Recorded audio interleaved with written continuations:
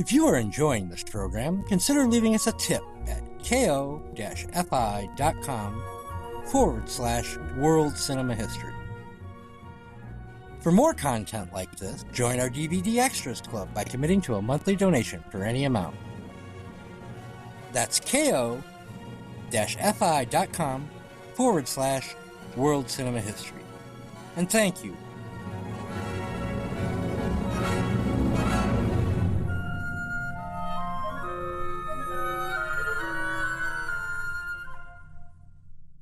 This episode may contain offensive language, frank discussions that are sexual in nature, references to animal abuse, sadism, and fetishes that some listeners may find offensive. Discretion is advised.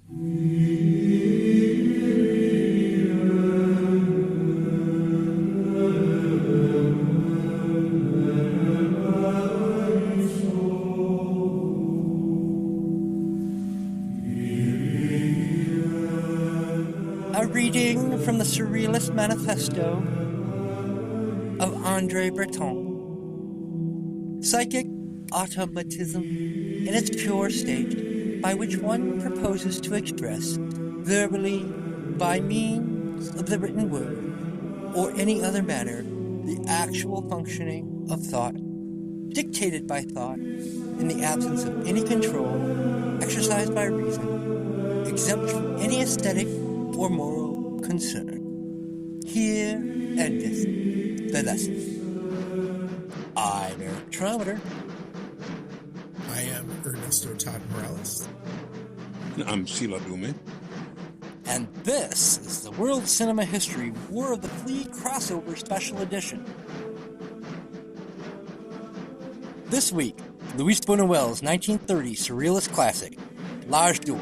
Explain. What the fuck is this?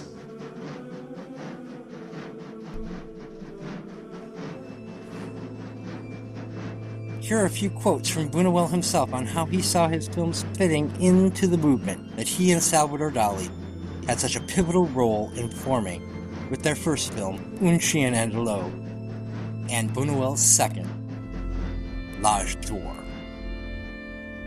The real purpose of Surrealism was not to create a new literary, artistic, or even philosophical movement, but to explode the social order, to transform life itself. More than anything else, Surrealism was a kind of call heard by certain people everywhere, in the United States and Germany, Spain, Yugoslavia, who, unknown to one another, were already practicing instinctive forms of irrational expression.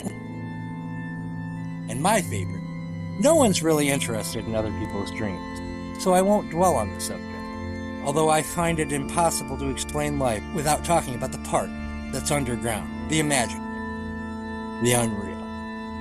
With me today, good friend Sila Blume, and joining us from The War on the Flea, Dr. Ernesto, a.k.a. Todd Mireles. We're going to start with you, Todd, and your opening thoughts on Luis Buñuel and L'Âge d'Or. Well, first of all, I want to say thanks for letting me be here.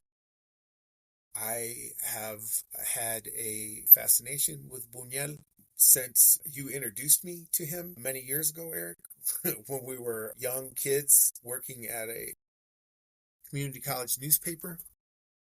And since then, I've had the opportunity to watch a lot of his movies, really think about the role he played in the Surrealist movement, but even more so just thinking about Surrealism, how it fits in to what we are experiencing today. For 17 years, I was a Xicano studies instructor, and I worked at a number of different universities. I taught at Michigan State. I taught for my longest time at a small private college in Arizona called Prescott College. And for the last 2 years, I was at Northern Arizona University. Xicano studies isn't necessarily something that you put in line with Surrealism. But I think that when you or all of us begin to understand that Xicano studies itself is much more than history, it is a critique of reality of the settler colonial system. And it seeks in many ways, like Surrealism, to explode these ideas of reason and rationality and what is appropriate. Because if it's not doing that, and I would say this is true of any academic discipline, if they're not doing that, then all they're engaged in is a reification of these like hegemonic ideas or forces or whatever, right? The immutability of the church, the immutability of law, the immutability of the judicial system, or even the immutability of the educational system.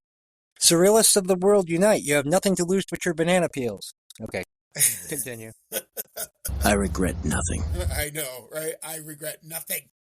I used to say that to my students all the time, and they were just like, you are a really weird man.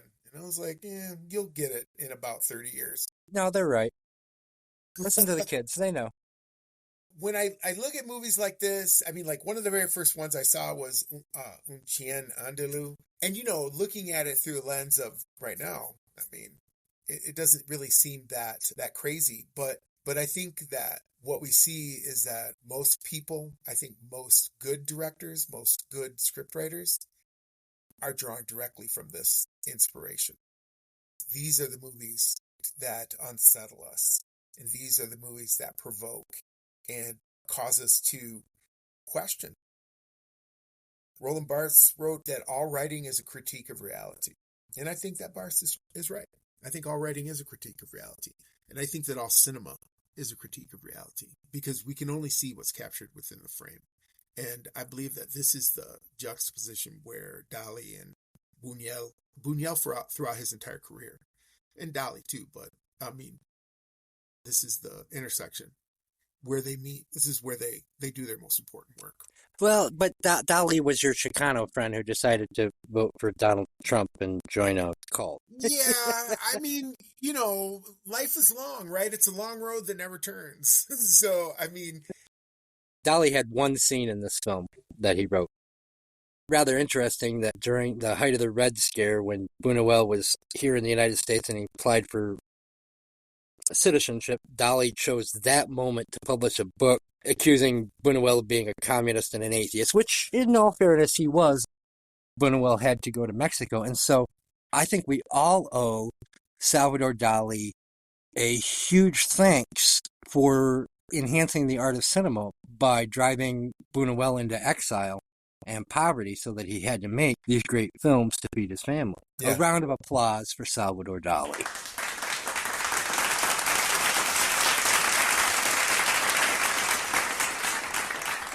Speaking of reality, I really have to turn to our good friend Sila Blume. Sila, the last time we discussed Buñuel, we were discussing Simon of the Desert, and one of the things that we agreed on is that it was using surrealist techniques to tell a story, but in terms of using dreamlike imagery, the subconscious, Freudian analysis, the three pillars on which surrealism is set, it really didn't contain any of that it was surrealist in as much as it was created using the surrealist techniques, but not a surrealist film. On the other hand, the film we're talking about today, L'Âge d'Or, if it got any more Freudian, it would have to kill its dad and fuck its own mom.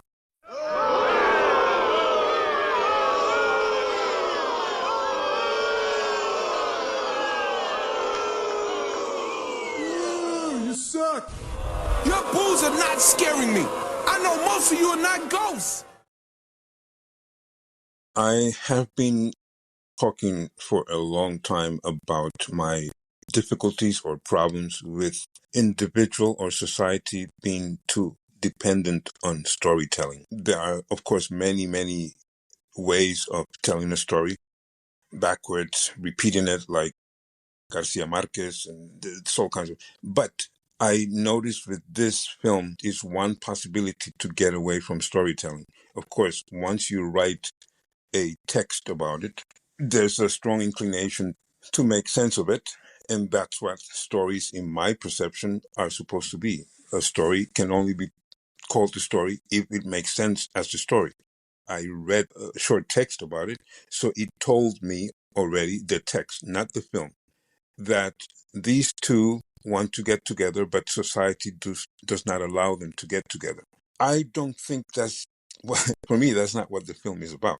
And the reason I'm saying an alternative to storytelling is because I don't think this is the solution.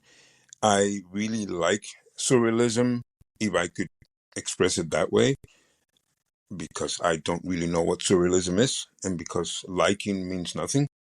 Storytelling has a purpose, and according to some people, art also has a purpose, and according to a person that I know, it is a failure of understanding life when people say a person must have a purpose in life, because according to him, the life itself is the purpose. With Simon of the Desert, I think because it's making a lot of reference to information we know about religion or about certain religions, we have some context to dissect the film. But just like Le Chien Andalou and this film, which to me are what I understand as real surrealistic language, I don't know what to make of any of it. Well, the film for me simply sends me into a certain realm which only I can enter or be asked to enter, because I think that in realistic paintings, in very common stories in the opera world, or in very accessible pop music or anything else in the art field, it doesn't matter if it's very accessible to your general public or very experimental. Either way, me as an individual will be reading and reacting only the way I could react. So for me, it was a very interesting, yet another situation where I can take that information and ask myself about the process of making art or allowing it to take place instead of making it, and about the process of perceiving art for the receptor or the audience. And again, to the story part, to accept that many things that we digest or look at don't have a story. And the way we perceive them, there is no story. We could make them part of a story, and we can tell ourselves that that is based on a true story or whatever. But when we perceive something, it is so convoluted in how I perceive personally that it could never really be a story. And for that reason, I see an advantage as well as a disadvantage in trying to make sense or trying to talk about this film. Buñuel's best films are almost a group of Monty Python skits, back to back to back to back, but on a single theme. So Simon of the Desert is... Specifically this one, yes. Now, I noticed a tendency for this program to get rather silly. Now, I do my best to keep things moving along, but I'm not having things getting silly. Well, specifically this one, but Simon of the Desert, to me, is my favorite because it's only 45 minutes long, and so he didn't have to stretch it out to a full 90-minute running length. And so it's only the best jokes on the theme of St. Simon and Stylites. Dominus retribuet pro me. Abajo la sagrada hipóstasis. ¡Viva la sagrada hipóstasis! ¡Viva! ¡Muera la anástasis! ¡Viva! ¡Viva! ¡Viva la apocatástasis! ¡Muera! ¡Viva Nestorio Papa! ¿Qué es eso de la apocatástasis? Dominus exaudime. ¡Muera Jesucristo! ¡Viva! ¡Viva! ¡Viva! Dominus diliget justus. That's a very realistic story because, as I said before, we know very well if you believe in God or not. Everybody knows what that means pertaining to this person trying to be pious and reduced. So we know the story of what is the jokes are turning around. So somehow there's a very strong backbone to what he's trying to say, even if he throws a few jokes about it. But to me, there's a very clear lineage in the story. No, I think like Discreet Charm of the Bourgeois is a series of skits on a theme. Definitely The Phantom of Liberty is just a series of skits on a theme. That Obscure Object of Desire, I think that's what Buñuel does best. I think the closer his films get to narrative, the closer that gets to melodrama, say a Belle de Jour that he's adapting from a novel, or Diary of a Chambermaid, they're still brilliantly directed, but they're boring to me. Those are dull films because that's not what Buñuel does well. I mean, I think that one of the things that Sila said when he was talking about this, I think is actually kind of the point of all of this, right? And he's talking about Simon of the Desert, right? Which I thought was a great film. I really like Belle de Jour too, but maybe for different reasons. He said, everyone knows this. See, that's the point, is that what this is against is what everyone knows. It's against the common sense.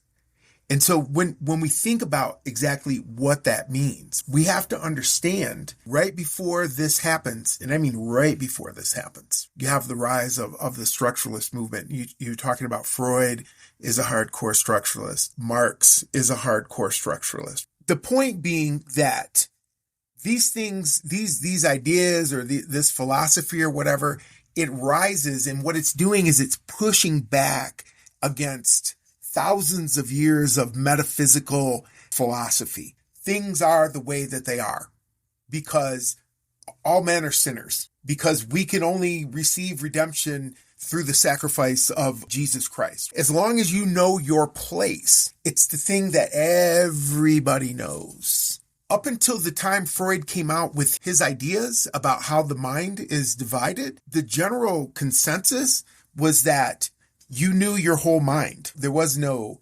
unconscious or anything like that. You knew your mind. Freud shatters that idea. When they talk about, or when we use the word absurdity, and apply it to this type of work, we're using it very strictly in the sense that is something that is wildly unreasonable. Doesn't necessarily have to be funny, but it is wildly unreasonable. So like, if you think about the reaction to this movie when it came out, or surrealism in general, or Dadaism, what we understand is that it was wildly unreasonable to the common sense of the moment. That is why people had the reaction that they had, because Todd, let's separate surrealism from Dadaism, because Dadaism wanted to destroy all logic from the base. Okay. Surrealism, on the other hand, wanted to create poetry that was countervening bourgeois logic. Surrealism is the next logical step from Dadaism. Dada, was smear shit on the wall and call it art. Right. Whereas surrealism, these are legitimate. Not all of them. I don't consider Rene Magritte a great artist, but I do consider him a surrealist. If you Correct. But if you look at a Magritte painting, it is a work of art. Nothing about painting. Yeah. I don't disagree with what you just said. The only caveat I would put on it is that taking shit and smearing it on the wall, that is countervening the common sense of the moment, which is what the spirit of both of these things are. So it's not just about the fact that it is a great work of art. What it is a moment in time when people are saying, you guys are wrong. These clerics that we see in this movie, they're not just a representation of God. They are a representation of the mental enslavement that the church has put on people through building this profile of itself as, like I was saying earlier, as immutable, right? Like when we think about ideological state apparatuses and what Althusser is talking about in terms of like how these different entities become pillars, and as a result they're unchallengeable. And what Buñuel and all these guys are saying is, this is all a fucking dream. I got a great quote to follow that up, and then I'll let you finish your point. He said, of course, fantasy and reality are equally personal and equally felt. So their confusion is a matter only of relative importance.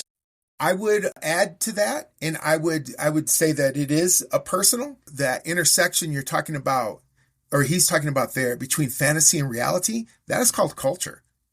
It is made up. There's nothing. But the debate on whether Cocteau qualifies as a surrealist is a bit.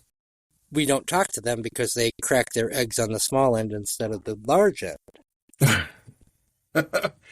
I'm not sure that I'm qualified to speak particularly on Okay, that. well, but I'm using that as an example. But the Right. little turf wars that arose in surrealism, that literally Franco, a fascist, was able to sway the most influential of all the surrealist painters over to his side simply because he was just tired of their bitching in Salvador Dali, because he was like, well, at least everyone over here is too afraid to bitch.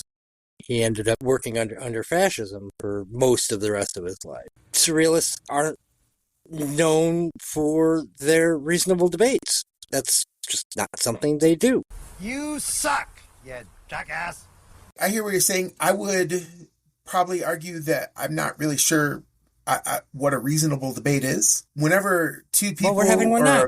Stop talking! Stop talking! Stop talking! I think that the idea of reason is founded in talking about bourgeois values, man. I think this idea of reason and the way that we apply it to the discussions that we have or the different things that are going on are founded in this sort of like, they're absolutely rooted in this idea of bourgeois civility. And I don't think that means that we all need to but my point is this, Dr. Mireles, Dr.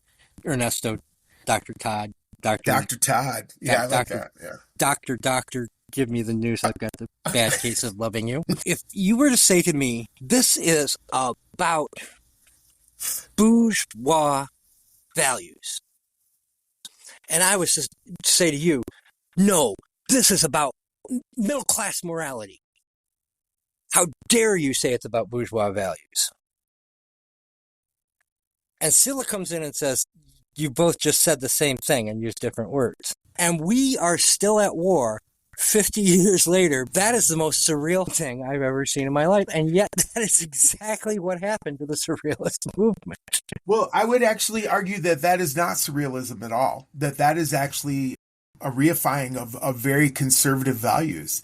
And that when they went at each other like that, what they were doing was abandoning the very principles upon which they were trying to build this movement. When you can allow yourself to dig into a position ideologically to that extent, then what you're participating in is what I would call, just sort of blankly and loosely and within the heat of this conversation, that's a very conservative position to take. What they're doing, and particularly what Buñuel is doing in this movie, is he is presenting us with a series of, like you said, skits or vignettes or however you want to call it, that appear to I think the viewer as being absurd, or that they don't really make sense, but they do, because the underlying reason for all of this is the challenging of reason.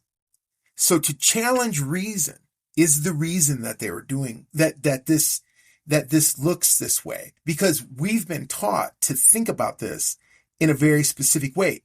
It's like Sila said, everybody knows this. So if everybody knows it, then there's one of two realities that we can accept. Either that's the way it is and we were born with this knowledge, or somehow that knowledge has been imputed to us through our surroundings, through our cultural context. How nicely you take us into the next section of the podcast. So let's take a look at those skits and ask what the fuck is going on in them and how they advance, not to say the surrealist agenda, not even a communist agenda, but just destroying the current social order. And perhaps a glimpse or two as to why this film was so controversial when it came out in 1930s. What the fuck is going on here? As a documentarian yourself, Dr. Mireles, and by the way, I recommend everyone go search out his documentary, War of the Flea. You must have appreciated Buñuel beginning his film, as so many great masterpieces begin, as a documentary about the life cycle of scorpions. I think the brilliance of this opening scene really isn't even just this opening scene. I think it is the way that it has been repeated over and over and over again for the last, 100 years. Yeah, there is a certain genius, right, to this teaching, I guess it is a way to put it. I mean, the detail on the tales, talking about the different segments, really, describing. Yeah, that's a very important point. So it's you have 5 body segments and then a tail with a poison sac. That's right. And so I think also too, and I would just throw this out. I mean, I don't know, but I mean, as much as, as a second ago, I was talking about like, culture and all these other things. There is, I mean, a scorpion is a scorpion. I mean, we as human beings, we impute a certain meaning onto scorpions, but that meaning is meaning that's created by us. A scorpion is a scorpion. An oak tree is an oak tree. A rock is a rock. These things don't change. But the critical consensus on this film is that the film itself is a scorpion. Okay, that it contains 6 segments and the 6th one is a poison sac. I mean, I can see that. Let me pull Sila Blume in on this. Okay, Blume. Sila. It doesn't have to be one of these 2 answers. There are 2 theories. The critics are correct and I'm wrong, or I'm right and they're wrong, and that Buñuel happened across some footage of scorpions and said, that'd be a badass way to start my movie. What are your thoughts, though, Sila? I can only give my thoughts independent of whatever Buñuel wanted because of 2 reasons. One, I don't know about this. I've never read about this. I also saw the film for the first time for this room. And also because I could imagine that there are many structures that many artists, sculptors, an opera composer, any creative mind might, even a designer for just furniture, a lot of aspects that the artist or the person making that material, that piece of work, might have things that are not talked about, that nobody talks about and he has not mentioned. And on top of that, maybe a lot of very concise connections that are there without that person being aware that he put in there. So I could imagine very well. Which is the whole point of surrealism, isn't it? It's a Rorschach test. Again, to me, it depends not only on André Breton and what his manifesto was and what he said, because he, as far as I know, he said about Dali, if there's a person who's working on his dreams, that is Salvador Dali, and as a result, he accepted that as surrealism. Well, it depends on how that's translated. Because he either said dreams or subconscious, which I don't think that's the same thing. I think it's very difficult to... I'm fucking with you. I was making my point about 2 words meaning the exact same fucking thing. Wording is very crucial. The way I understand it, Dada was actually protesting what we as established civilized minds accept as art. Surrealism was actually questioning how we function and not challenging the value of art or anything like that. They were just interested in doing art coming from a particular place, where Dada was actually intentionally being conflictive. They were trying to molest the mind of the established society. So these terminologies for me are very difficult because we don't know exactly what's in Dali's mind when we think about his wife and what's in Breton's mind when he thinks about what Dali is trying to say. To me, it's a very, very complex situation. Molest the mind of bourgeois society. Wow, Sila did not come to play today. The segment ends with a rat being killed by one of these scorpions. And the ending line on the screen, even rats fall prey to it. Then we fade in on some blinged out bishops chanting on a rock.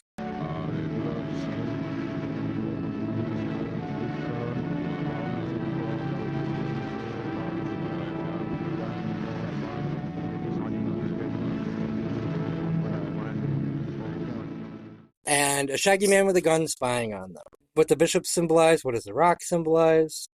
Why are they wearing the pointy hats? What's up with their weird fucking gold shoes? I just want to say that I don't really think it matters what Dali thought or what Breton thought, or even Buñuel when they made these. Once a work of literature, even like this, like a movie or a book is released, that the interpretation is up to the viewer. Now, that's not to say that there aren't some interpretations that are perhaps more sophisticated than others. But to, I think, concern ourselves overly with their thought process in terms of putting this together is, I think it's kind of destructive to the process of making meaning. And that's the debate we've been having on the show for 3 years, the death of the author debate. Right. Sure. Does the author's intentions mean anything? And that's a very communist, very left-wing idea that the majority of authors, whether it's Melville, we're living bourgeois lives, and so their books are going to be transferring the same bourgeois ideas that they grew up with to the next generation, And so we can ignore what the author was saying because, his brain was infected with bourgeois morality or whatever you want to say. The other side of that, of course, is, well, it says what it says and he meant what he meant. And never the twain are going to meet. I meant what I said, and I said what I meant. And an elephant's faithful 100%. Well, there is no middle. There is no middle ground here. Well, I don't disagree with that. I don't. I think that what's important to keep in mind, particularly in this discussion about surrealism, right, and the way that it's challenging this idea of what everyone knows, is that, and I'll be real clear to you, in case it isn't already clear. I'm firmly in the death of the author camp, but I think that when we look at great works of art and we say to ourselves, he said what he said, and that's what he means. I mean, that's exactly how people approach religion. This idea that the author themselves is the final authority on the work comes out of... Well, and that was the whole point of my jokingly doing the Breton manifesto as if it were Sure. religious scripture. Yes. So if we're going to hold all authors up to the same ridicule, we have to ridicule these authors as well. Absolutely. Right. Well, and moving on, let's move on in the film because I've got 6 of these. When Buñuel is using the clergy, this is what he's doing. He's poking fun at, or he is demonstrating. I want to say fallibility, but it's not. That's not really the word that I want to use. Of the clergy, right? The imposter. They're ridiculous looking. They're ridiculous. Well, they're ridiculous and looking, they're way out of place. And they are also not authorities, right? So by placing them in that spot, he heightens that critique that he has of them and of a religion. That's what I was trying to say. Where's your God now? I understand. I believe to understand what you mean, Todd, with how important or unimportant is what the artist wanted. But everything is in its place, and everything we cannot get rid of memories, and we cannot get rid of context. Even though we cannot say, well, it has to stand by itself, as some people say, the art without the artist. Everything stands together. And every single time you find out about the artist doing this or that, you will automatically connect it to the piece and to the context. There is no way for me of saying, well, this has more value than this. But to me, both have to exist as long as they exist. So we move on to the next scene, which is the very first speaking line, not only in this film, but in the history of French cinema. And that line is spoken by the great surrealist artist, Max Ernst. And it is... Stop!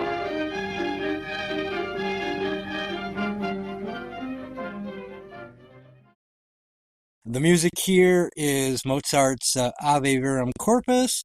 By the way, this was the first line of dialogue heard in French cinema because L'Âge d'Or's premiere beat René Clair's Under the Roofs of Paris by 4 whole days. 5 days later, a right-wing group destroyed the gallery it was playing at and several priceless pieces of surrealist art by artists like Dali.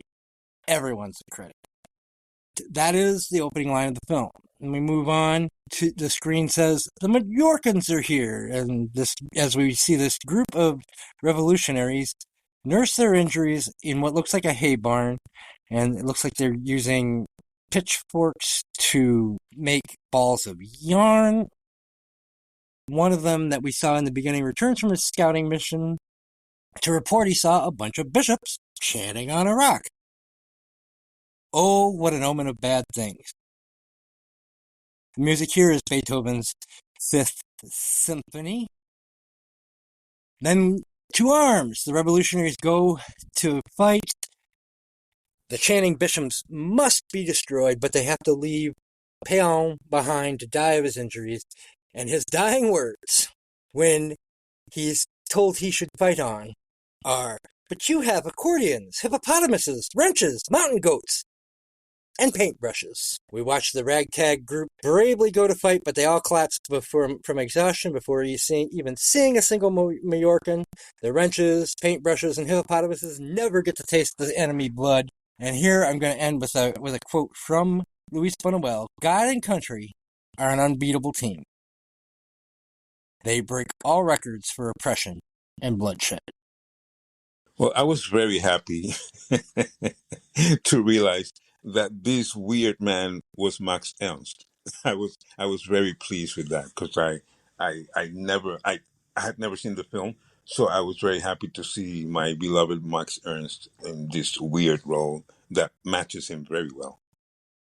I think that you chose a very good quote for this because I think it just really sort of doubles down on Buñuel's position, particularly within this surrealist framework, because it is a challenge. And I think that the challenge that is leveled through art is always a slippery slope. People can interpret things the way that they want to. And I think particularly with this, but God and country are an unbeatable team. They break all records for oppression and bloodshed. But you see, what's really interesting, right, is that, is there a God? Is God a construct? Is God constructed through centuries and millennia of religious thought or ideology or, in the same book, I got this quote from My Last Sigh by Luis Buñuel. He said that if man created God, he hates man too. Well, and, it's the same thing with country, right? Our nations, forever, are they immutable? No, they are, like Sila was saying earlier, they are a context.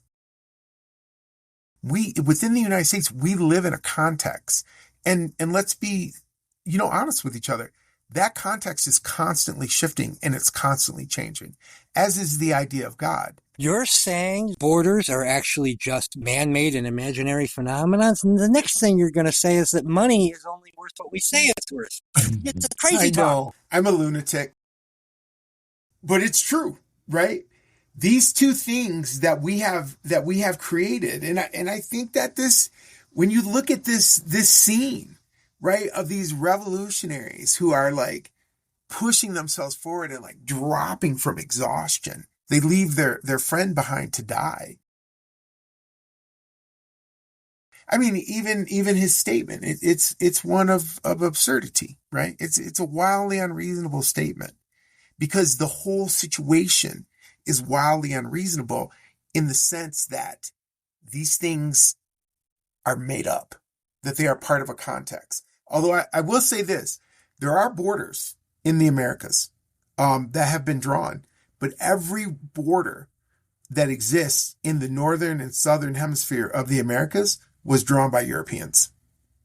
There is no border that exists in this hemisphere that was drawn by indigenous people, the original inhabitants of this hemisphere. So think about that in terms of context. Think about that in terms of how it is that we begin to think about the way that our daily lives are constructed through these ideological state apparatuses, right? That this movie is going directly against that. I mean, honestly, I can see very easily why people rioted when this movie came out. I mean, this movie is an absolute attack on reason, quote unquote. Yeah, I keep trying to tell my neighbor that, but he keeps putting the fence back up. Anyway, That's funny. I'm not going to lie, though. I was just a little bit disappointed that I never got to see the wrenches, paintbrushes, and hippopotami. Just saying. I wanted the accordions. I mean, they managed to put a cow on a bed. No. A gentleman knows how to play the accordion, and a gentleman knows he shouldn't. But, I did not want to see the accordions, but I was disappointed. This is Chekhov's hippopotamus right here. You cannot bring up a hippopotamus in Act 1 and it not show up in Act 3. All we get is a stupid stuffed giraffe. Points off. Half a star, Luis Buñuel. The Majorcan colonists come by boat.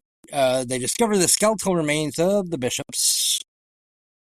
They doff their caps in reverence. A woman screams, and it would seem that a man is attacking her as they are in the mud. They are, in fact, lovers, setting up Luis Buñuel's favorite trope of coitus interruptus, the exterminating angel, discreet charm of the bourgeois, that obscure object of desire. That's 3 of at least a dozen examples where that he comes back to time and time again. The couple spend the rest of the film being frustrated in their attempt to perform the two-backed beast, with hilarity ensuing. The music here, Sila, Richard Wagner. Richard Wagner, however, in some places it says milde und leise, and that is not correct. It starts with the prelude, not with the aria of Isolde. Did not know that, which is why I have you on this show. Glad to be here. The man, who is played by Gaston Maudeau, who is better known for his role in Jean Renoir's Rules of the Game. Jean Renoir, of course, coming from a great artist family himself as the impressionist painter Pierre-Auguste Renoir's son. Every time I see Rules of the Game, though, I just think of Gaston Maudeau in this film. But he's pulled off the woman played by German actress Leah Lees. And as the lovers are separated, we see a large toilet. A giant flushing sound fills the soundtrack, and a flood of excrement fills the screen. To quote Gomer Pyle from Full Metal Jacket, I am in a world of shit. And for this, I matched it with the quote from Buñuel. Fortunately, somewhere between chance and mystery lies imagination. The only thing that protects our freedom, despite the fact that people keep trying to reduce it or kill it off altogether. First time I saw this when I was 15 years old, thought he was raping her. And so I was incredibly confused when they got back together later in the film, the very first time I saw this. But I was also 15 and didn't know shit. Well, when they're taking her away, you could tell, or I could tell, or I read that she is not, there's something confusing at the way she looks back. They're taking her in one direction and she keeps looking back. So that told me that he was not really hurting her. Whether by accident or by secret brilliance, Mr. Mireles, you in the comments section stumbled on, I think, the theme of Buñuel's films when you said a way to define reason is coitus interruptus. Explain. One way to read this scene, I mean, to me anyways, I think it's pretty obvious, right? I mean, this is another example of these bourgeois values or morals, however you want to say it, the reassertment of normality into the situation, right? Because you cannot have sex in public. And it is clearly demonstrated, right, that this is a no-no because the people converge on them and they pull them apart. They walk the woman off and then they beat them. Well, they don't beat him, but they give him, he gets a couple of good kicks, right? He is scolded. He's shamed. He goes down fighting, though. Well, he does, right? And he's being hauled off, and then he bravely fights just long enough to go kick a small dog. What the fuck? And step on the poor little beetle. Well, I've got a great quote. I got a great quote for the beetle. I've got a great quote for the beetle. And of course, we're not talking about John, Paul, Ringo, or George. They weren't born yet. We're talking about the bug. So this is also from Buñuel's My Last Sigh. Imaginatively speaking, all forms of life are equally valuable, even the fly, which seems to me as enigmatic and admirable as the fairy, Luis Buñuel. But yes, he squashes a beetle as well. And he fights like hell to squash that beetle. He does. Yeah. I mean, he's pissed. You know, the man thought he was about to get his dick wet and muddy. Yep. And, he probably got his ass probably got a bunch of mosquito bites because, I mean, that's what happens when you do that. Right? I mean, that's why you don't have sex in public more than anything else. It has, laws to be damned. The mosquitoes. That would have definitely been one for the spank bank. I would have been upset about that. I think, but it's clear, right? I mean, it is a reassertment of norms. I mean, that is what's happening there, is that they're saying you can't do this. And that dog had it coming. I was a Schwan man. I was a Schwan man for 3 years, and those little yapping dogs are the worst.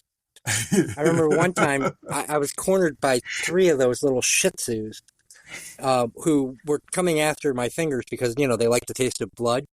And the UPS man had to come jump on the porch and beat them off with a flashlight long enough for me to make it back to my truck. The only thing he told me is, that's why I carry mace. Yeah. That dog had it coming. Just saying. To kick the dog and to be so determined to step on this stupid little black beetle. And then I think of the title of the film and the, I'm going to use this term. I think I'm not allowed to, but these retarded people in the cave, wounded and retarded and just really weird. This aggression of him kicking and killing, and these weird people getting ready to fight, but by going out the back door. I am trying to make a connection to what he's thinking about with the age of gold. Sila, we don't use the word retarded anymore. We use the word Trump supporter. That's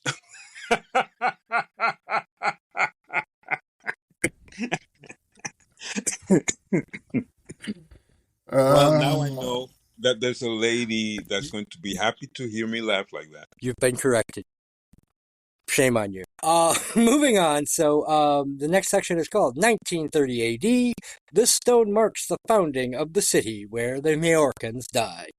Mado is hauled away as the colonists build a shrine to the chanting bishop's skeleton. Then moves on to Imperial Rome, as we watch prolonged newsreel footage of Rome shot from an airplane. This time, yes, absolutely for sure, Buñuel just saw that and thought it was kick-ass. It reads, once the mistress of the pagan world, now the secular seat of the church. And of course, this is the start of Buñuel's tropes of alliteration, juxtaposition, and irony. It's also his rather half-amused contempt for the Vatican. And then we come to the most mysterious part of the whole movie, a note on the door that says, the landlord's terms are very reasonable. I long to see you, your loving cousin. which is dwelt on long enough for you to think that it has some significance or pops up in the film, never happens. I got nothing. Anybody? Nothing? I mean, he probably just saw it hanging on a door. Yeah. I can totally... This some bullshit, Luis. This some bullshit. He's probably thinking to himself, they'll be talking about this for 100 years. And he was right. Well, he was right. In 5 more years. A man walks out of a cafe and he's covered in dirt and he dusts his suit off. Next, we get sometimes on a Sunday as a building is shown collapsing to a pile of rubble. And various picturesque aspects of a great city. We watch a man kick a violin down the street, and another man with a large, flat stone neatly balanced on his head walk past a statue of a man with a large, flat stone neatly balanced on his head. This was Salvador Dali's one and only contribution to the screenplay. I will repeat my question, which was not answered, which did not have to be answered, but the connection between the age of gold, or the golden era. That's the name of the movie. It is. Wow. And a man kicking a violin down the road. We know the value of a violin.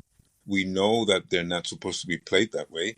We know that it's not really proper to kick a dog. That's just your middle-class morality talking. I can play a violin any fucking way I want. Do your own research. I know that Max Ernst agrees with that. I want to make another comment, which just occurred to me by what you're saying right now. And that is that I have always viewed the Surrealist movement and the artists that I know, for the most part, as not being political. The Surrealist movement is the most political movement in the history of art. People died over fucking paintings. The fact that certain people do in the name of God certain things doesn't mean the name of God is used for that. The manifesto of Surrealism was actually not, in the way I know it, and I repeat myself, as far as I know it, it was not focused in politics. And Dadaism, on the opposite, was actually questioning the art, which is, in a way, a political expression. And in this film, I find they're mixing the two that are usually, in my experience, not together. Namely, Dali was not really a political guy in his work. Not really. He was just always hard with his wife, and that's what we get from it. But in this film, there's a lot of things going on that are used in a Surrealist signature or style, but with the mentality of the Dada. Okay, that makes sense, because you had Dali, who became a fascist, but was still considered a Surrealist. Yes. You're right, that does make sense. I do have a quote for this from Luis Buñuel, where he said he never joined the Communist Party because he didn't like long meetings. It's a good reason not to join. I agree. Yeah. My father refused to join the Communist Party. He left in the middle of one of their meetings, so after like 3 days or whatever, and somebody said, "Aren't you willing to die for the cause, brother?" And he said, "Not from fucking boredom." Good line, dude. I got to remember that one. Oh my God, that's funny. I've got a good mind to join a club and beat you over the head with it. So Mado is still covered in mud. He's being escorted by his 2 captors through the city streets. He stops to look at a poster for a mesmerist. Everything reminds him of her. He imagines a ball of what looks like pubic hair and is determined that his unfinished business will become finished, and he must find his way back between Leolisa's legs. I must fuck this woman! A man passes with a sign that at first clearly has a vagina painted on it, adding fuel to Mado's already burning horny bone. It turns out to be a picture of a pair of women's legs, one of Buñuel's favorite fetishes. He stares longingly at the sign as his captors continue to escort him through the streets. A picture in a shop window fades to Mireles at home on a couch. She too seems to be fantasizing about Madou's love bone. But aren't we all? She has a bandage on her finger and complains to her mother that it's been sore for a week. They discuss the musicians they hired for a party that evening, as Buñuel details the bourgeois decor of this elaborate home. I find that very interesting because she's speaking to her mother, and she's saying, we are going to put 6 musicians next to the microphone, and that way they will sound like 60, 10 kilometers away. Now, we know this later from, this movie is from 1930.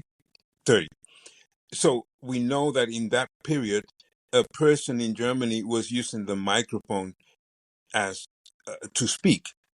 And in that era, we also knew the microphone for recordings, but not for distortion. And I found that, at least for me, the way I perceive music, the way I perceive performance, and the way I perceive how we intake what is acoustic, I found that it just jumped at me, this idea of in the 1930s to come up with the idea of making it so loud that it distorts the perception of what they're actually doing. And I found that very curious. Well, and that's a central metaphor of all Buñuel films, is people speak so loud you can't hear them. That comes up time and time and time again in his films, even in the 16 films that he did in Mexico, even in his adaptation of Wuthering Heights, in one of the films we discussed in your rooms, Archibald de la Cruz. You always have some reference to someone who's speaking so incredibly loud you can't hear them. Du meine Arbeit für richtig hältst, ob du glaubst, dass ich fleißig gewesen bin, dass ich gearbeitet habe, dass ich mich in diesen Jahren für dich eingesetzt habe, dass ich anständig meine Zeit verwendet habe im Dienste meines Volkes. Gib du jetzt deine Stimme ab. Wenn ja, dann tritt für mich ein, so wie ich für dich eingetreten bin. Yeah, and for me here's the playfulness with logic, or the joke or the humor of logic, because she says, I know the sound gets lost in the open air. She continues, but then we'll bring the people closer. I mean, it's just a play with situations that make no sense, but you're making a big deal out of it. I find that just so sweet. Could you talk a little bit more about this thing that you said about the voice? That's very interesting. Oh, yeah, it's a constant theme throughout. There's always someone. Simon does it in Simon of the Desert, where he's screaming at the top of his lungs, but you can't hear a word that he's saying because he's too loud. It's a theme all the way through Buñuel. My favorite use of this is in Discreet Charm of the Bourgeois, where as he was going deaf as he got older, he would just cut whole bits of sound out. So you didn't know what they were saying. Names would just, a car would come by, a bus would come by, overwhelming the dialogue. And he used this instead of theme music because as someone who by that point was almost completely deaf, he couldn't hear the music anyway. Yeah. That's interesting. Are we ready to move on? Yeah, I am. Yes, yeah. I'm looking forward to these parts coming up. The Morocans will be arriving at 9. In one of the film's most relatable scenes, the woman must shoo a huge cow from off her bed. I hate it when that happens. In a moment of magical realism, 40 years before there was a thing, Mireles envisions Madou being escorted and even hears the barking of a pair of dogs as they pass, the dogs safely behind a gate.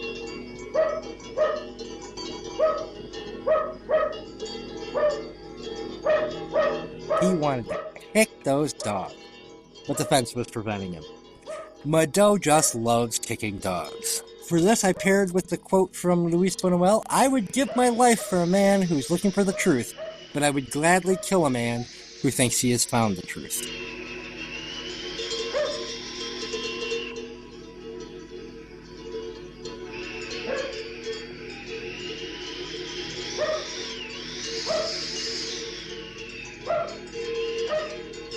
I simply loved the acoustic composition, which, to what we were talking about just a few seconds ago, it makes no sense because we are in a different place, but we still keep hearing something from another place. But the composition or the collage of the cow, the cowbell, the dogs, and the wind, that combination I found very, very, I really love that. He doesn't usually, I don't know any other film of his. I've seen only 3 other ones. This is the first time that I hear this very particular acoustic collage. And he does it well. It's not fucked up. No, it's wonderful. He fucks up several Visually times. The doesn't. soundtrack on this gets fucked up several times, but that is edited excellently. Leolise stares into a mirror where the reflection of a cloud being blown by the wind is shown, and she drifts into fantasy, presumably of Madou's sturdy love bone. At least that's what I was thinking about. Madou's escorts are about to rough him up when he produces papers identifying himself as a delegate from the International Goodwill Society. Perhaps a jab at the rather inept League of Nations established after the First World War. He hails a taxi, but stops to kick a blind man in the chest. Madou just loves kicking helpless people and animals. That, ladies and gentlemen, is the most plot this film has for the rest of its runtime. Well, as a visual, I find that is the most, number one, the most beautiful, or one of the most beautiful scenes in the whole film, where she is in front of the mirror, and also makes a very strong reference for me to the paintings of Dali. Well, this is going to sound ironic because you know what I was reminded of with her silhouette in the mirror and the cloud in front of it, considering the low opinion we both expressed of his ability to paint. René Magritte. Didn't that look like one of those René Magritte piece of shit? No, because Magritte never uses so much detail. He's very flat. That's a good point. That guy never learned how to paint a brushstroke. In terms of the framing of it, that's what it reminded me of, is those Magritte that's true. From behind self-portraits. But I think more of Salvador Dali painting for a film that Bergman did in the mirror. At his magnificent Roman estate, the Marquis of X prepares for his guest, is the next section. Cars pull up of the hoi polloi. A doorman opens the car door for a wealthy couple who first place a gold statue outside the car only to put it in the back seat as soon as they exit. This is another one of my what the fuck? I got nothing on this one though. The statue looks a bit religious, but I don't recognize it. So if it's an in joke, it stayed in because I have no idea. But inside a lavish banquet takes place as a horse-drawn carriage drives through the drawing room. Not a fancy one either, but one of those wagons that you expect from Beauty and the Beast, with two rather working-class fellows in berets drinking wine. At this point, we are exactly halfway through the film. Let's talk about the iconic use of Wagner and Beethoven and the other music that he's used on the score. Well, what I have read or heard is that he was just trying to make a contrast. Contrast is a nice word. Another word would be he's just messing with us by giving us music that is actually completely contrary to what we're watching. And I think that refers also, without trying to understand exactly what he wanted, what he's actually trying to do with this title. We are looking at things that as shit or as pseudo modernism, none of it makes sense. And it just keeps going on from individuals, from societies, but nothing really makes sense. In other words, it's really absurd. It's really, yeah. I mean, I know I've said this before in this, but I think that's the point is that nothing makes sense. That is the point. And so that even when you put things that seem to make sense against things that are like out of place or whatever, that's ultimately the point, is that none of this makes sense. And that is the point. And I think that's the piece that they're trying to get across here, that Buñuel is trying to get across here, right? Is that these things that we think are so reasonable or are so solid and so foundational are, in fact, I mean, they're fairy tales, right? I mean, they're all fairy tales. To that point, I sometimes wonder if Buñuel would laugh his ass off if he knew that we were doing a 2-hour podcast on this film nearly 100 years after it came out. Would he look at us as having our heads so far up our asses? I mean, no, I don't think so either. Yeah, you go ahead, Sila. No, yeah. because I think that's the genius of the title. So back to the so-called, and in the biggest inverted commas possible, plot. A gamekeeper with his shotgun greets his son. A maid faints as flames come out of the door way behind her. It's presumably the kitchen. The gamekeeper's son grabs some rolled paper from the gamekeeper and playfully runs away, reminding me of playing such games with my own children when they were young. Yeah, got your nose. Everybody needs to be punished. Instead of chasing the boy, the gamekeeper shoots him from about 100 feet, and then shoots him again just for good measure. Brother, what's that? What's that, brother? It's the second shot that sells the joke, and you get that real comic jerk of the dead body. Well, it is a double-barreled shotgun. I can't believe we're laughing about this. Yeah. This is of all the what the absolute fuckiest moment in this entire film, and also the funniest. This is when people talk about Buñuel being an influence on Monty Python. This is exactly the scene. Correct. The gamekeeper retrieves his rolled paper from the dead boy, so it wasn't all in vain. As onlookers tisk and almost, but not quite tut at shooting his own child. The party continues as a mystery man enters, dragging an empty woman's dress and throws it perfectly onto a chair. It's Mado! The lovers are reunited. Surely we're about to see some serious pre-code make sexy time. Oh no! Cockblocked. The mother sits with Mado and makes idle chit-chat while his love bone remains bone dry. The mother gets Mado a drink and spills a little bit on him. Mado reacts by slapping the shit out of her. Pimp hand, strong, yo. I'm sorry, what the fuck is what I meant to say. What the absolute fuck? You should never hit women.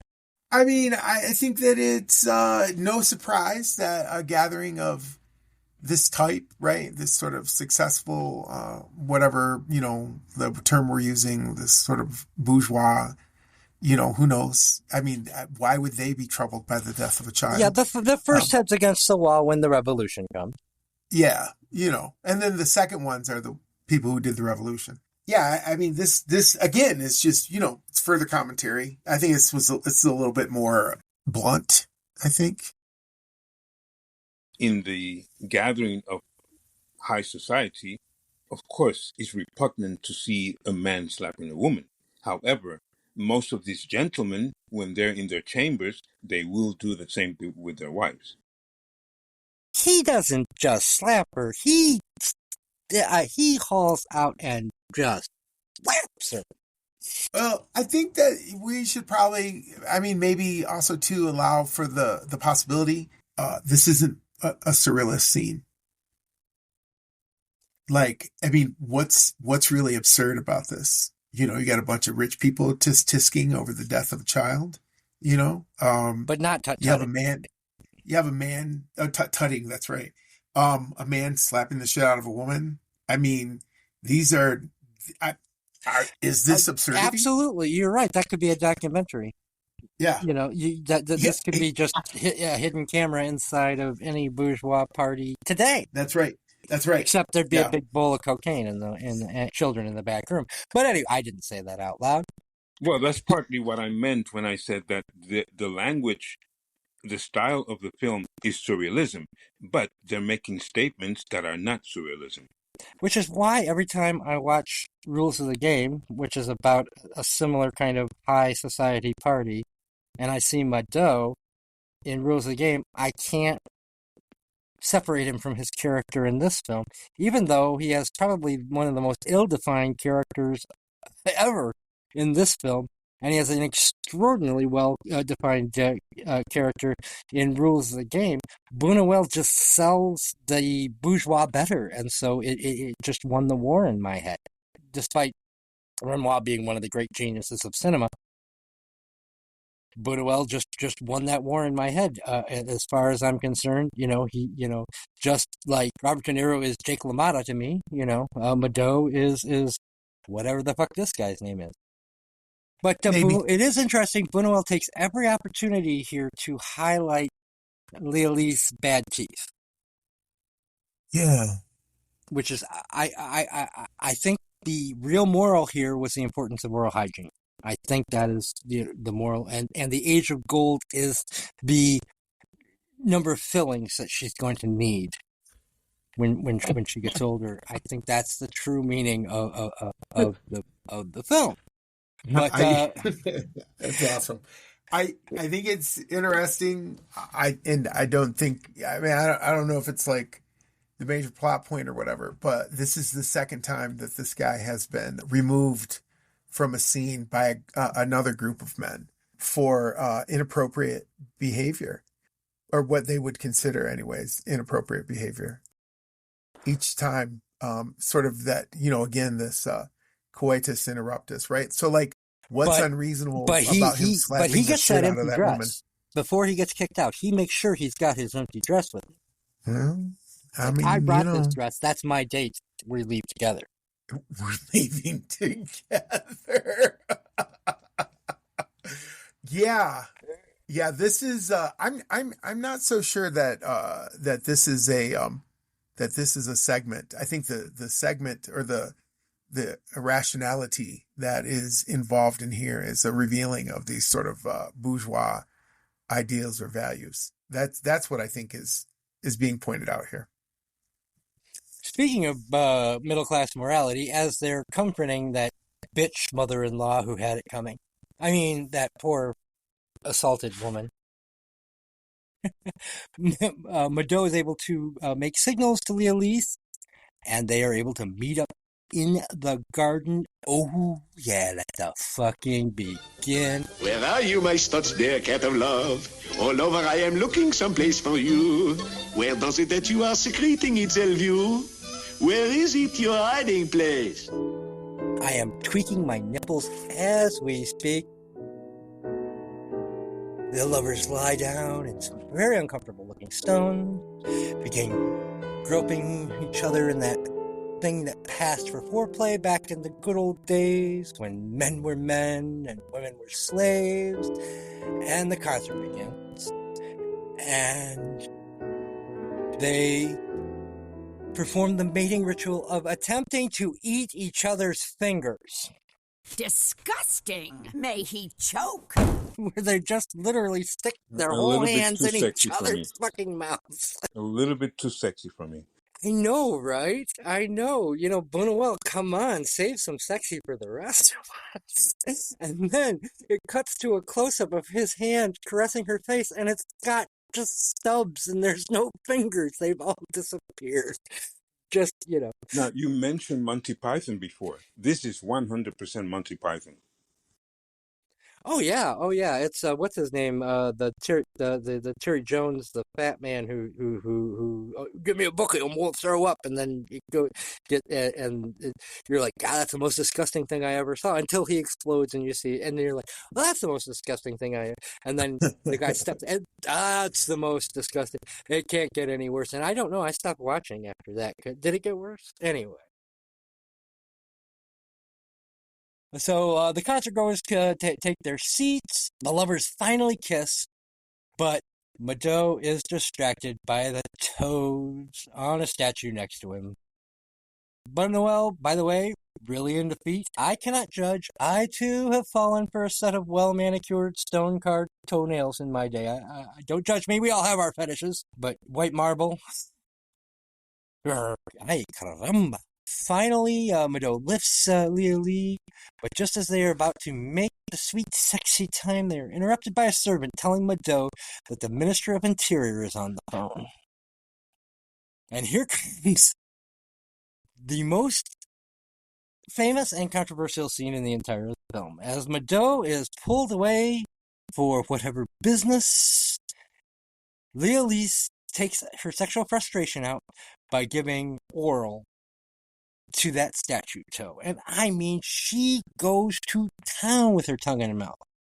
Perhaps that's why she has such bad teeth. You know, a lot of bacteria, you get cracks on there. I mean, that's pure frickin' marble. That can't be good for your oral hygiene. Still, that woman's neck game and gum game is strong. This is the closest to pornography that Buñuel ever came to in any of his films, even after he was able to take advantage of the R rating 4 years later. I distinctly remember getting a very awkward prepubescent boner from this scene when I first saw this film at the tender age of 15. She's darkening the tongue, you know. She's using the rough side of her tongue. I think it's an absolute masterpiece in both acting and in photography. But, you know, I may be rating it on a Pornhub scale. No, I would have to agree with you. That was provocative. Yeah. Not sure what else to say. I mean, it wasn't exactly point of view. I mean, she didn't look directly into the camera, which is a little disappointing. Well, if there'd been a cum shot, she would have. That's true. Yeah. That one's even in this, right? I mean, it's still getting to this. I think this disruption of reasonable behavior, right? I mean, it's not reasonable to go around sucking on the toes of statues, so people say. But also, is it not reasonable, I would argue, to withhold yourself or or somehow practice not having sex? Like that also seems very unreasonable to me, but is very much a normal part of, you know, the way that we think about the world. So I don't know. This one's the toe thing was. It was kind of hot, honestly. We have 2 votes for hot as fuck. I don't know what to say about that, except it is, of course, a fetish, and we have seen different fetishes throughout the film, and we have seen similar things that make no sense in Chien Andalou, but I don't know what to do with the sucking of that, except that it is also one of the very important layers from psychology and Freud and the subconscious. So that might have something to do with that. But I still think there is more comedy in it and more sarcasm than anything serious. So, as social commentary, we're saying thumbs down. As jack-off material, 2 thumbs up at least. I mean, I think that, you know, you think of it as blasphemy against bourgeois ideals of purity, right? This whole idea that repression somehow becomes Oh God, yeah, you're just turning me on more. You know, that's why I pay for photography, because I feel dirtier having to pay for it. Oh, actually, I will say that I completely understand that. And if I had the money, I would probably traumatize myself in that manner. But since I don't, I mean, I have to. I mean, isn't that the fun of picking up a prostitute? That and very few people look for the body. Yeah. The next scene I entitled, "You're bothering me about a few brats?" The minister on the phone informs Mado that his mission has failed, and many women and children were killed because of his failure. You're bothering me about a few brats? Because, of course, his mission was to get fucked.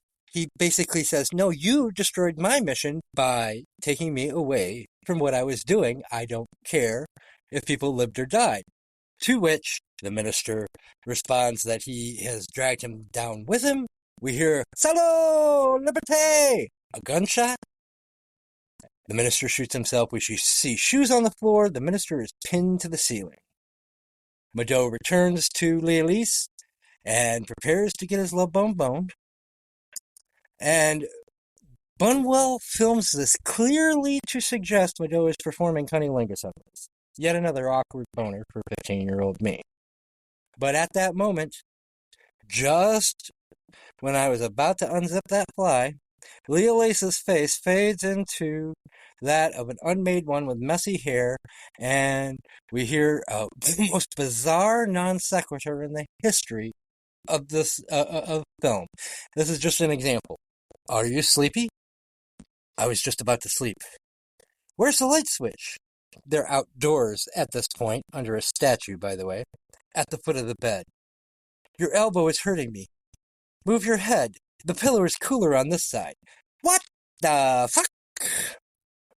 As the orchestra plays Wagner's Tristan and Isolde, the pair cuddle in the two patio chairs, and we hear more of the bizarre dialogue, including the weirdest line from Mireles. What a joy in having killed our children. Meanwhile, Mado's face becomes covered in blood. At this moment, the orchestra conductor is struck with a sudden headache and wanders into the garden. Mireles initially runs to comfort him and then begins to passionately kiss him. Mado hits his head on a swinging potted plant and in a blind rage goes to the woman's bedroom, pulls the feathers out of her pillow and begins throwing things out the window, including a flaming tree, a bishop in full regalia who just gets up and walks away, a plow, and the above-said stuffed giraffe. Not a hippopotamus. What a disappointment. He then starts sprinkling the feathers from the pillow out the window as the drums of Kalanda play. Buñuel's musical motif and the one heard throughout this podcast. And the screen says, as the feathers fell away, a long way away, the survivors of the Chateau de Saint-Denis emerged to Paris. But what did that pillow, bishop, stuffed giraffe, plow, and flaming tree ever do to him?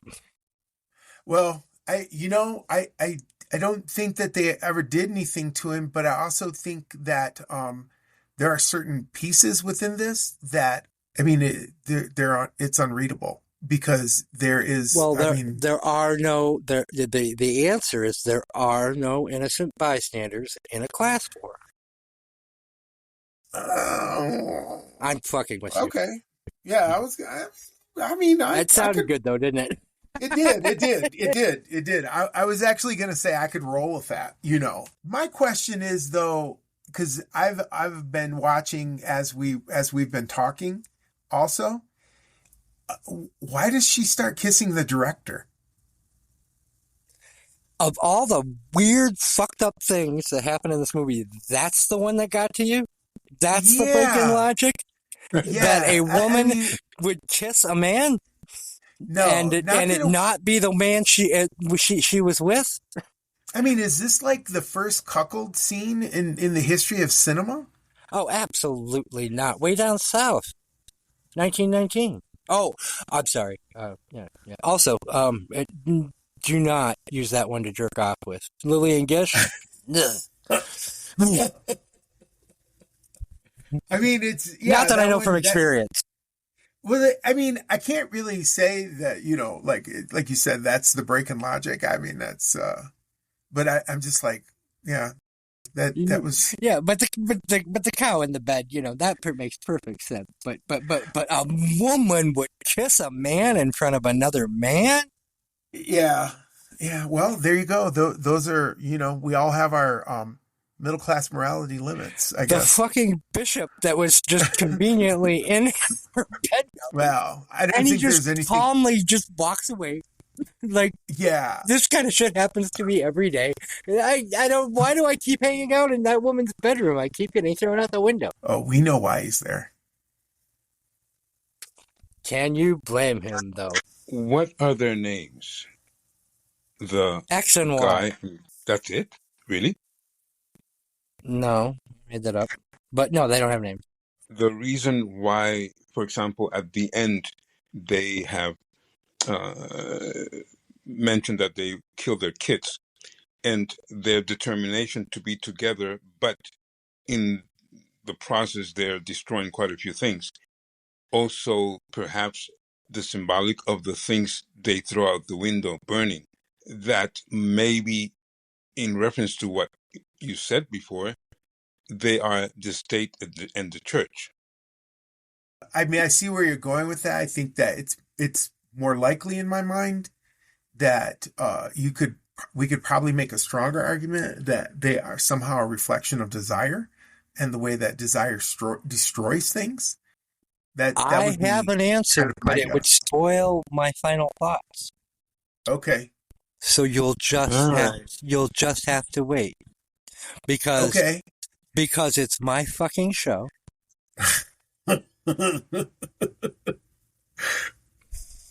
Let's do it. Let's hear it. When I get to final thoughts, okay, I will. I'm not changing my final thoughts around because somebody decided to jump all willy-nilly into the main theme of this film and diagnose it as a morality play. Yeah, so, you're not right. Okay. Just running around with your post-structuralist analytical brain. When I was your age, I had some respect, you goddamn kids today with your LSD and your death of the author. And yeah, bastards. Get off my lawn. Another off my lawn. Guy. It's my ball now. All right, moving to the ending. So we get a recreation of the Marquis de Sade's 120 Days of Sodom. Now, I've never read it. I did see the updated version that takes place in the Second World War, Pasolini's Salo, released 40 years later, and I highly recommend that film to anyone who either feels they have too much faith in humanity or likes watching people eat fecal matter. On the Pornhub scale, zero stars. Matter of fact, it has children being molested. If it allowed, I would give it negative. But other than that, I don't know a lot about de Sade. So I'm going to go to Wikipedia instead. A novel detailing the story of four wealthy libertines who seclude themselves in a castle with a harem of victims, mostly young teenagers, and engage in elaborate acts of sexual abuse and torture inspired by stories told by hired prostitutes. And the historical context is it was written by the Marquis de Sade while he was in prison in the Bastille during the French Revolution. Now, up until now, any reflections in this film are A, my own, and B, I was probably kidding.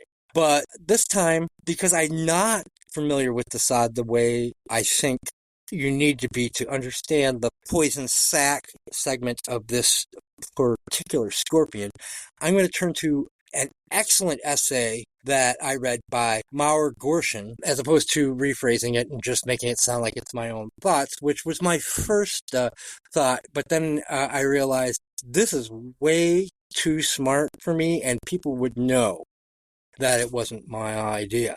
So, for the record, my thoughts on the ending can be summed up in 3 words.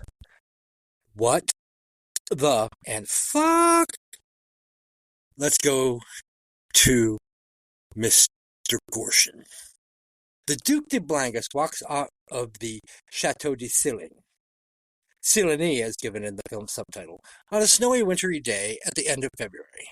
Oddly, his long dark hair and beard, robed attire, and pious manner make him look like Christ, the dialectical opposite of the sadist of the novel. This is obviously another of Buñuel's attacks on the hypocrisy and abuses of the church. One of the 8 female victims of the Libertines also emerges from the castle with blood on her chest. In Sade's novel, there are 8 girls and 8 boys as victims, as well as the Libertines' 4 daughters, who are also sexually abused. Blangas goes back to her, seeming to comfort her, representing the outside display of the church's love for its flocks, then takes her back inside the castle, the hell of torments.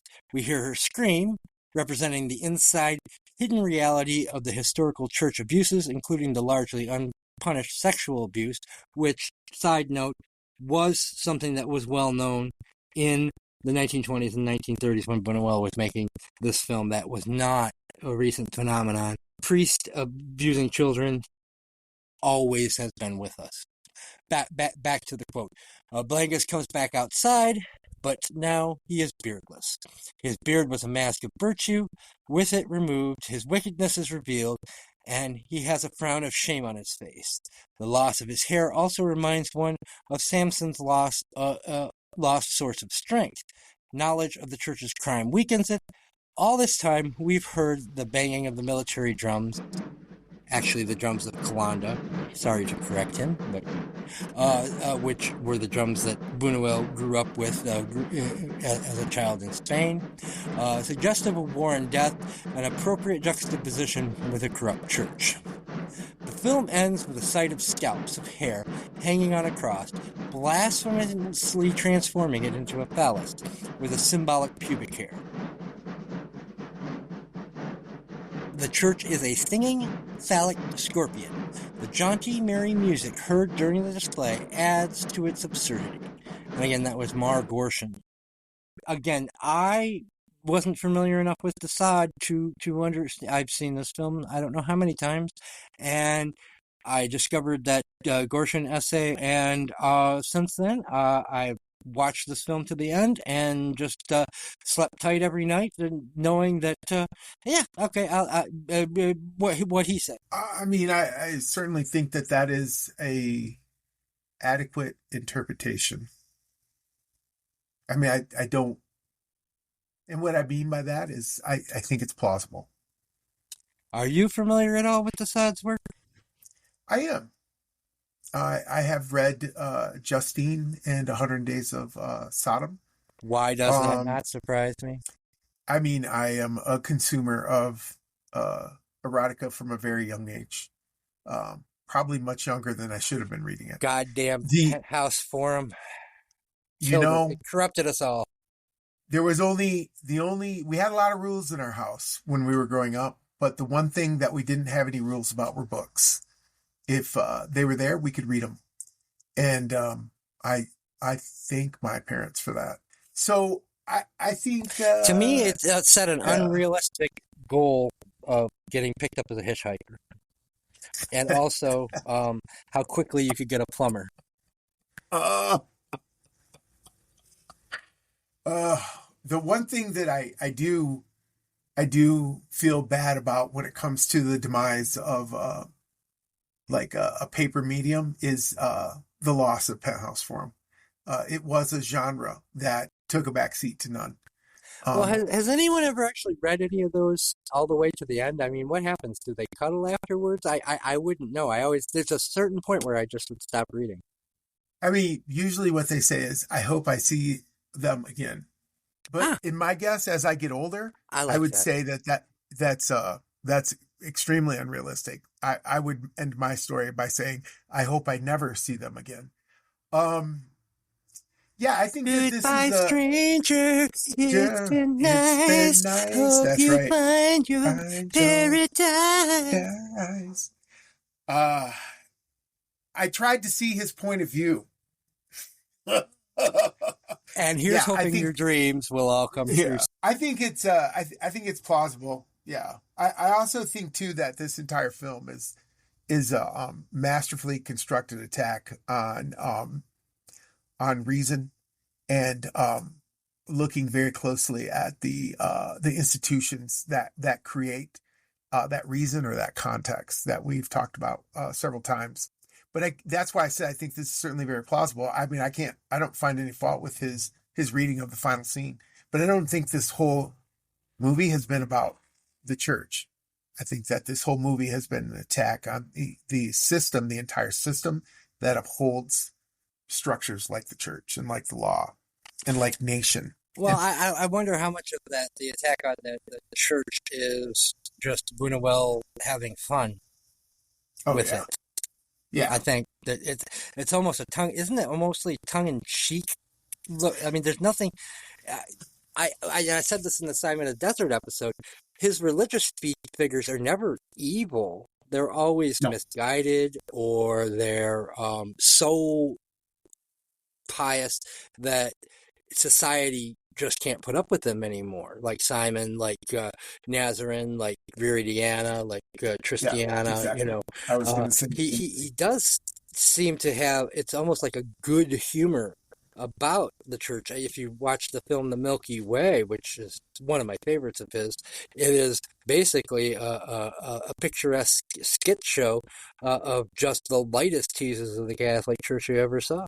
I think, yes. I mean, those were all movies that I was thinking of, but I don't think it's just the clergy. I think that when you think about, especially some of his older movies, which all seem to center around, maybe not all seem to center around, but a lot of them do, older men chasing younger women, or being, infatuated, or being again setting an unrealistic expectation exactly for aging. Yes. Yeah, kids, do not try this at home, especially post Me Too. I mean, I would say post 50, don't try it, because you're just going to embarrass yourself. So I think that... And 50 is the new 40, so don't do it after 30. That's funny. So yeah, I think that... and again, right, I think that this is him really taking a stab, at these ideologues. Yeah. And he does it all the way around. It's not just the church, right? It's older men who chase younger women. And I mean, the men who go see Catherine Deneuve. Is that how you say her name? Deneuve. Catherine Deneuve. I mean, even the title of the film, right? Do your little French impression. Everybody loved that. I don't speak French, but I would say Deneuve.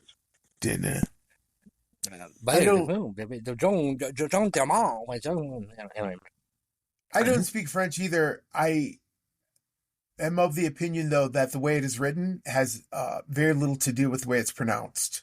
That's just typical French. Yes. Thank you. Yeah, and I am very confused by it lots of times. Oh, I'm thoroughly convinced that it's a made-up language used just to sell more French teachers. And I think it's all just a big hoax. I don't think there actually is a French language. Which is exactly the point that I've been trying to make this entire podcast. It's all a big hoax. Sila Blume, your final thoughts on Luis Buñuel and La Tour. I don't know if it was Jethro Tull as a group or Ian Anderson individually, but there's a text in the inside of the album Aqualung that says, "In the beginning was man, and man created God." And when I read that the first time, I had just stepped out of the church. I was not lost, but I was not really, I really didn't know where I was. I had decided to leave the church, but I was not really anywhere else. So I found that to be quite blasphemous. And I don't know how long it took me to reconsider that maybe Ian Anderson or Jethro Tull are only asking a question and not really attacking an idea. And I think this is prevalent with what Ingmar Bergman does a lot of times, and what Buñuel might be doing very often, not necessarily attacking an institution, even though he does do that in some cases.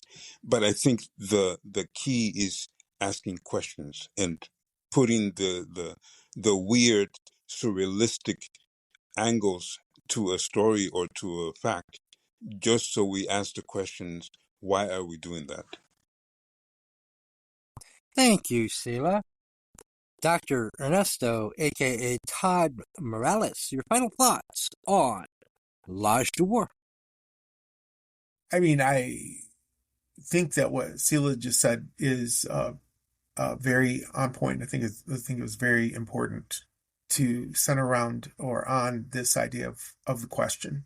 Because, I mean, really, the things that Buñuel is poking fun at, the things that he is he's exposing through this, what we call absurdity or nonsense. And the reason that we call it that is because he is making us question these things that are unquestionable, right? And I think that is I think it's the whole point of this. I think this guy is awesome. I do. I really, really do. And I think that you're welcome, because I'm the guy who turned you on. So yeah, no, I appreciate that. Back when George H.W. Bush was president, and we had and we'd actually won a war in Iraq. That and Burroughs. I thank you for Burroughs also. And I apologize for Burroughs, actually. Well, that's okay. I thank you for Burroughs, and I've been able to share both these things with a lot of students over the years. But it all started with you. I think that this is that's really what this is about, man. It's about the question, right? It's about questioning reality, and not in the sense that nothing is real, but in the sense that we understand that it is all made up. And just because it's made up doesn't mean it's not real. It is absolutely real. People die every day for the realness of this made up thing that we're seeing around us. And I think that what Buñuel is attempting to do, and I think he does a very good job of it through his entire body of work, is to make people question, right? So I don't really see his movies as, I don't see them like really as a comedy. I see what you guys are saying, and I don't disagree with you about like the Monty Python connection and where that comes in. But I think that his movies are about as serious as they get. Those are my final thoughts. Well, Monty Python is working with humor, but very serious about what they're joking about. Absolutely. Yeah. 100%. No, I totally get that. I don't disagree with you at all. I will, in the spirit of being totally transparent, I had not made that connection myself until I heard you guys talking about it. But the minute you guys started talking about it, it made perfect sense to me. I'm going to end with a quote from Luis Buñuel on L'Âge d'Or. For me, it was a film about passion, l'amour fou, the irresistible force that thrusts two people together, and about the impossibility of their ever becoming one. That is the meaning of this film, because Luis Buñuel said so. This is also from Buñuel's My Last Sigh. Don't ask me my opinion on art, because I don't have any. Aesthetic concerns have played a relatively minor role in my life. I have to smile when a critic talks, for example, of my palette. I find it impossible to spend hours in a gallery analyzing and gesticulating. And that's my final thoughts on L'Âge d'Or. Dr. Todd, a.k.a. Ernesto Mireles, where can people find you on the internets? They can find me on Instagram at Ernesto Todd Mireles 789. They can find me on Facebook. I'm on all of the old people platforms. They can find me. Yeah, that's really where people can find me is right there. Instagram, Ernesto Todd Mireles 789, and Facebook, Ernesto Todd Mireles. Add me. I love adding people, especially people I don't know. They're so full of surprises. And tasty. Oh, did I say that out loud? Sila Blume, where can people find you on the internets? Most of my work I post on my website, Sila Blume, one word, .life. And I am ETROMMATER at the artist formerly known as Twitter if you want to stalk me, correct my pronunciation, or just tell me I'm full of shit. Also, stop by our website, kofi.com/World Cinema History. You could also join our DVD club and get extra content there. Help keep us ad-free. I don't want to pitch mail-order mattresses or mail-order food or wireless companies, but I will if that's what I have to do to upgrade our sounder equipment around this joint. Next week, join us as we have a very special episode hosted by our normal co-host Erin Brown, where she's going to bring one of her favorite films, What We Do in the Shadows, with, of course, the inevitable Rhys Darby. And if we're talking about Rhys Darby, we of course have to bring in the director of one of his films. Mr. Luke Higginson is going to make his second appearance on the show. And we're also going to have an appearance from Nicole DeMonesis, who is in the midst of making her own lesbian vampire film called First Bite. So, thank you again, and join us next week for Luke Higginson, Nicole DeMonesis, Erin Brown, and What We Do in the Shadows. Have a good one.